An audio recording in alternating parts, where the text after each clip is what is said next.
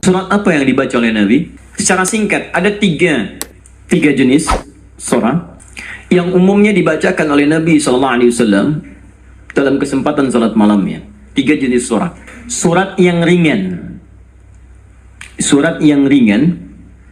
Saya tidak katakan pendek ya, tapi ringan. Ingat baik-baik. Surat yang ringan. Satu, yang diisyaratkan bagi para pemula yang menunaikan salat tahajud. Surat yang ringan yang diisyaratkan bagi para pemula dalam menunaikan salat tahajud. Contoh dalilnya Quran surah Al-Muzammil surah 73 ayat 20. Faqra'u ma tayassara minal Quran. Bacalah yang ringan-ringan dari Quran yang Anda hafalkan. Ringan. Okay. Berapa ringannya Nabi? 100 ayat Al-Baqarah. Tuh, sampai kaget di luar. 100 ayat. Kadang-kadang beliau baca 10 atau 11 ayat terakhir surah Ali Imran. Ya, dalam satu rakaat. Jadi ukuran ringannya bisa relatif. Ya, ringan bagi Nabi belum tentu ringan bagi kita. Tapi prinsipnya cari yang ringan. Misal begini, tadi kan maaf ya, ibu bapak, Nabi kan tadi pernah sholat di belakangnya ada sahabat kecil namanya siapa? Masih ingat? Ibnu Abbas. Itu kan masih kecil, balik aja belum. Ya, mau dinaikkan surat yang panjang susah. Makanya dibaca yang ringan. Pada saat itu riwayat yang muncul ketika sholat di belakangnya Ibnu Abbas itu Ali Imran 10 ayat terakhir. Ya, bahkan dari 11 ayat terakhir yang inna fi khalqis samawati wal ard dan sampai ujung ayatnya. Ya, ringan. Maka dari itu ketika Anda misal mendidik anak sholat malam, bangkit di malam hari tiba-tiba dia ikut, jangan baca yang panjang-panjang. Anak Anda 5 tahun bangun, lihat Anda sholat, mama sholat, pengen ikut, Allahu Akbar. Ya Allah, alhamdulillah anak saya ikut, mumpung ikut Al-Baqarah. Akhirnya kesan pertama bagi dia, sholat malam itu sulit. Di begitu Anda melihat anak Anda ikut misalnya yang kecil, atau misalnya yang besar tapi belum biasa berdiri lama, peringan sholatnya, wadduha. Sehingga ada merasa enak dia, oh ternyata sholat malam itu nggak panjang-panjang, cuman ad-duha. Besoknya alam nashrah, lebih pendek lagi. Besoknya al-falaq, Masya Allah naik lagi, tadinya ikut 2 rakaat, besoknya 4 rakaat, 6 rakaat, begitu 11 rakaat, stabil mulai Al-Baqarah, Ali Imran, An-Nisa. Karena dia akan bertanya, mah bosan kok Al-Duha terus, cari yang lain dong. Anda naikkan Al-Baqarah ya, gak apa-apa. Bismillah, naik, dan itu indah. Itu indah, paham ya? 2.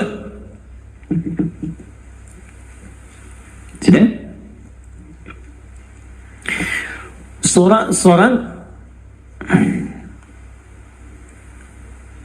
yang tersusun dalam Al-Quran, surah-surah yang tersusun dalam Al-Quran secara tertib dengan tujuan mengulang yang dihafal atau memperbanyak yang dibaca. Dengan tujuan mengulang yang dihafal atau memperbanyak yang dibaca.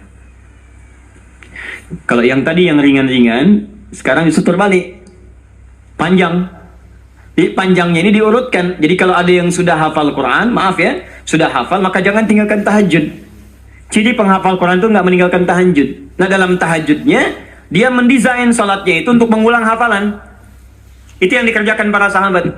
Bahkan ada yang semalam 30 juz. Ada yang semalam misalnya 1 juz dulu. Saya target 30 malam, misal 30 juz, tiap malam 1 juz. Boleh. Silahkan sekarang Al-Baqarah juz pertama. Ya dari Al-Fatihah sampai Al-Baqarah 141. Misalnya kan? Kemudian malam keduanya 142 sampai 253. Teruskan lagi 252. Selanjutnya 253 sampai Ali Imran. Terus An-Nisa sampai 30 malam 30 juz dia selesai. Itu boleh. Ya. Atau misalnya semalam 5 juz. Boleh. Kenapa? Itu dia. Jadi kalau Anda sudah terbiasa menghafal Quran, sehari bisa 5 juz, Bu, Pak. Ya, mengulangnya itu. Usahakan ulang. Jadi subuh 1 juz, zuhur 1 juz, asar 1 juz, maghrib 1 juz, isya 1 juz. Kalau tidak mau capek dibagi 2, setengah juz sebelum subuh, setengah juz setelah subuh. Terus sehari 5 juz, mulai hari Sabtu, hari Ahad 10 juz, Senin 15 juz, Selasa 20 juz, Rabu 25 juz, Kamis 30 juz, Jumat berdoa kepada Allah. Khusus berdoa, tidak mengulang. Jumat itu doa minta ya Allah, Engkau minta salat saya salat, Engkau minta menghafal saya menghafal, Engkau minta mengulang saya mengulang. Engkau minta berdoa, sekarang saya bermohon kepadamu ya Rabb. Kalau saya sudah sholat, saya sudah berinfak, sudah menghafal Quran, belum kau kabulkan juga, maka mohon tunjukkan pada saya dengan cara apa lagi saya mesti bermohon kepadamu. Maka doa penghafal Quran ketika dia bisa khatamkan dalam 6 hari itu, Jumatnya mubarakah untuk dia. Itu yang disebut oleh orang Arab Jum'ah mubarakah, Jum'ah mubarakah. Semoga Allah turunkan keberkahan, keberkahan, keberkahan. Nah, nanti yang Anda hafalkan sampai Isya itu diulang, malamnya pakai dalam tahajud. 5 juz dibagi misalnya 10 rakaat, ya, satu juznya, satu rakaatnya setengah juz, setengah juz, setengah juz. Rakaat terakhir witir misalnya, ya, atau silahkan bagi ke 23 rakaat atau yang lainnya. Intinya adalah silahkan ulang-ulang hafalan atau sengaja untuk memperbanyak bacaan di malam hari. Anda hafal Al-Baqarah, pengen dipakai tahajud, boleh. Ya, Al-Baqarah ada 86 ayat, bagi 11 misalnya rakaat, silahkan, sah. Untuk memperbanyak dan mengulang bacaan. Paham? 3. Ini jenis yang terakhir. Dan ini yang sangat jarang dilakukan. Padahal Nabi itu banyak disebutkan dalam riwayat sering mencontohkan ini. Memilih surah-surah yang sesuai dengan keperluan Anda, kebutuhan Anda. Memilih surah-surah yang sesuai dengan kebutuhan Anda, keperluan Anda. Tadi saya katakan di awal, semua surah Al-Quran itu adalah didesain sebagai pedoman hidup kita. Jadi semua masalah kita solusinya ada di situ. Saya pernah bacakan di awal jumpa kita banyak ayat di Quran tentang hidup kita. Nah, kenapa Anda saat malam tidak bermohon kepada Allah lewat sholat Anda? Maaf teman-teman, Bapak Ibu sekalian, dengan membaca surah yang terkait dengan kebutuhan Anda. Misal, Anda yang sedang mencari nafkah, kenapa tidak baca ayat-ayat tentang nafkah di Quran? Minta dimudahkan, kan ada. Di Al-Baqarah 168, Al-Baqarah 172, Al-A'raf ayat ke-96 misalnya. Tentang rezeki di Quran surah 51 ayat ke-22 misalnya. Ada semua. Anda yang sedang kesulitan misalnya di rumah dan sebagainya, kenapa nggak baca ayat-ayat tentang kemudahan? Ya, mudah urusan rumah. Misalnya Quran surah ke-4 ayat 34, 35 itu kan. Kalau ada persoalan minta kepada Allah solusinya. Kemudian ada di Quran surah ke-65 ayat 2-3 tentang masalah-masalah yang umum. Anda yang di birokrasi sekarang banyak orang, saya tuh bingung ya. Kalau masa-masa pemilihan tuh banyak mengerjakan hal yang tidak perlu. Padahal kata Quran itu di Quran surah 3 ayat 27 kan jelas. Dari 26 sebetulnya sampai 27-nya. Jelas. Qulillahumma malikal mulki tu'til mulka man wa tanzi'ul mulka mimman. Katakan kekuasaan itu hanya milik Allah. Allah berikan pada siapa yang kehendaki. Jadi kalau ada orang baik diberikan supaya kebaikannya menyebar pada rakyatnya. Kalau ada orang jelek kemudian dia bisa naik, untuk ditunjukkan ada yang salah di tempat itu harus diperbaiki supaya dia bisa diganti dengan yang lebih baik. Itu maksudnya. Tapi kekuasaan itu Allah yang tetapkan. Makanya orang-orang yang pandai itu dia akan mendekati Allah. Dia akan memohon supaya diberikan petunjuk. Kalau diberikan, dia lakukan hal-hal yang baik. Maka mendekat dia, baca ayat-ayat itu. Sebetulnya kepala-kepala yang calon pilkada, calon pemimpin dan sebagainya, calon kepala daerah dari mulai yang ringan sampai yang besar, kalau dia paham tentang ayat itu, dia bangun malam, dia minta petunjuk kepada Allah. Itu titipan.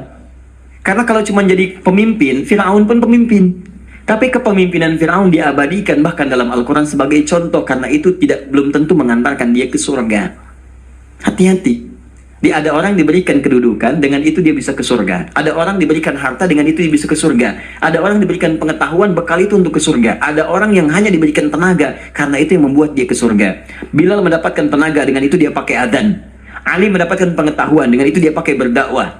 Baik, sebagian sahabat mendapat kedudukan, di antara mereka ada Umar bin Khattab. Ya dipakai untuk mengantarkan ke surganya. Yang harta benda seperti Abdurrahman bin Auf. Tapi jangan lupa, ada Fir'aun yang pernah mendapatkan kedudukan, diberi contoh, tapi tidak bisa mengantarkan ke surganya. Ada Qarun yang ketika dia punya harta hanya dipakai foya-foya. Jadi kalau orang sekarang hanya ingin ikutan foya-foya, dia ketinggalan, telat dia. Keduluan Qarun. Katakan pada orang kaya, ya ibu-ibu sosialita misalnya, yang cuman gosip datang macam-macam. Kalau cuman begitu, katakan terlambat. Sejak zaman Nabi Yusuf sudah ada sosialita yang cuman gosip. Kumpul-kumpul, katanya di sini ada orang ganteng ya, sampai kejebak kan situ. Emang dia nggak tahan. Yusuf keluar, begitu keluar, wah, mahadza basyarin hadza illa malakun karim. Ini sih bukan manusia, ini malaikat yang sedang menyamar. Ganteng-ganteng Nabi. Oh, orang sekarang ganteng-ganteng serigala. Digosipin lagi. Tuh, udah ada kasusnya banyak. Jadi untuk apa kalau cuma kumpul-kumpul nggak ada kerjaan, harta dibanggakan? Cari ayatnya. Begitu Anda dihadapkan pada suasana itu, baca. Malamnya bangun, sujudnya lamakan, suratnya pilih yang sesuai. Teman-teman yang mau menikah, ya, yang belum ada jodoh misalnya kan, cari ayat-ayat supaya Allah bimbingkan, ya, calon-calon yang bagus. Kalau laki-laki pasti perempuan calonnya, cari ayat perempuan-perempuan yang baik. Atau sebaliknya, ada Quran 51 ayat 49, itu kan? Ada Quran surah 49 ayat ke-13, itu kan? Ada kalau mendekat ke pernikahan, Quran surah 30 ayat 21. Anda ingin samara, tapi ayatnya nggak pernah dikaji.